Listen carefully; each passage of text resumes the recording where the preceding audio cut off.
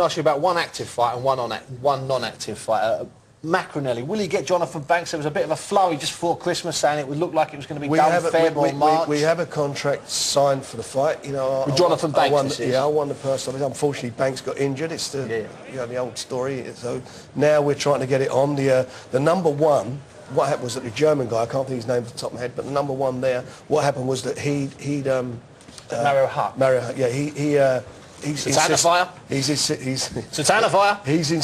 that he fights for the title, so there may be a little bit of politics there, but I want to get this fight on very quickly, and I believe I will get it on quickly. And Enzo will come back big style. Again, you know, he got clipped, but before he got clipped, he wobbled him, cut his eye and everything, and unfortunately froze a little bit in the second round. Now, it's only early in the year. I mean, this is live, this show. It's not the BBC. We don't pre-record things and have premium phone lines like they do on certain other channels. But I've got to ask you this.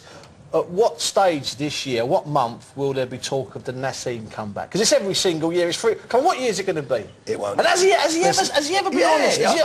Let me tell you something. Naz and I speak fairly regularly. He calls me, I speak to him a lot, and he's, we got quite a good understanding. I talked him out of fighting. He wanted to come back a couple of years ago. That's now died, and I hope for him, he's very well read, got a lot of money. It kills boxing when things happen like this. You know, people come back, they don't know when they've had enough. There's some fighters fighting now that shouldn't be fighting. But, and all you're doing, when you suddenly hit a certain stage, you've got a lot of money in the bank, you've got a family to think of, you know, your ego and sometimes greed has got to come out of it, and you focus on being healthy. That's and knowing where your money is. Well, let's go straight back to the last question. I'll be straight back to the first question. The three Olympians, James DeGale, BJ Saunders and Frankie Gavin. You're going to keep them together as a trio. Is that the plan? And how many times might they box in 2009? 6 to 8 times. 6 to 8 times. Yeah. Okay, and do we know where they will be boxing, Frank? And I don't mean geographically. I mean, are we any closer to that one? Yeah, they're fighting on the NIA in Birmingham on the 28th of February. And they'll be fighting, we'll take them all around the country.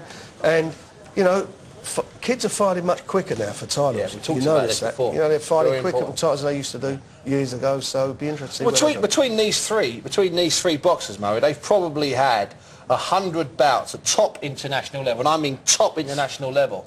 And I think, and I know you agree, I think they can be moved slightly faster than maybe prospects were in the past. Is that a fair comment? It was. I mean, you look now. I mean, you look at, say, for example, Nathan Cleverly, 11th fight, won a title.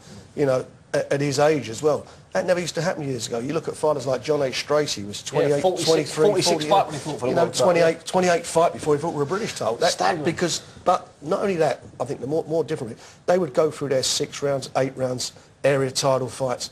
It was 15 rounds back then. Cool. These kids now going, jumping straight into a 12-round fight. It's not so much the title, it's they're jumping in within 11 fights, fighting at 12 rounds. That's a bit of a... They're so much more physically, far more physically stronger, Frank. They've been in training camps for 2 and 3 years. These guys are elite athletes when you're getting them. They are athletes. I mean, maybe it's a different way, people live now and their diets and so forth, but they are coming on quicker. They are fighting much sooner for titles now. Listen, thanks for sparing us a bit of time. I know you've been at the press conference, you've rushed here, not had any lunch. No. You on any New Year's resolutions? Yeah. Tricky ones? What am I doing? Well, you don't read about my ones. I'll get myself in trouble. Don't hear what my New Year's resolution is actually to continue developing young talent and bring them through. Plenty in the I enjoy doing it.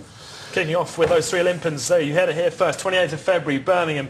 Those three Olympians all on the same card as well. Got a fight for Enzo Macronelli. Tickets He's available, going to come all back prices. in big style, Frank Macronelli, this year as well. And no return for Prince Naseem Hamed. Yeah, we could all applaud that one. I want him to be at ringside, though, because he's great fun at ringside. He was the best fun I ever had in boxing. Yeah. I always said those early days were just great until it all got stupid at the end. But they were great days, and when he was focused and when he was training, there weren't nobody could touch him. He was a very underestimated fighter. Could do a show on that because it's true. Frank, you're a busy man. We very much appreciate you coming in today. Have a great 2009, won't you? Right, so while we let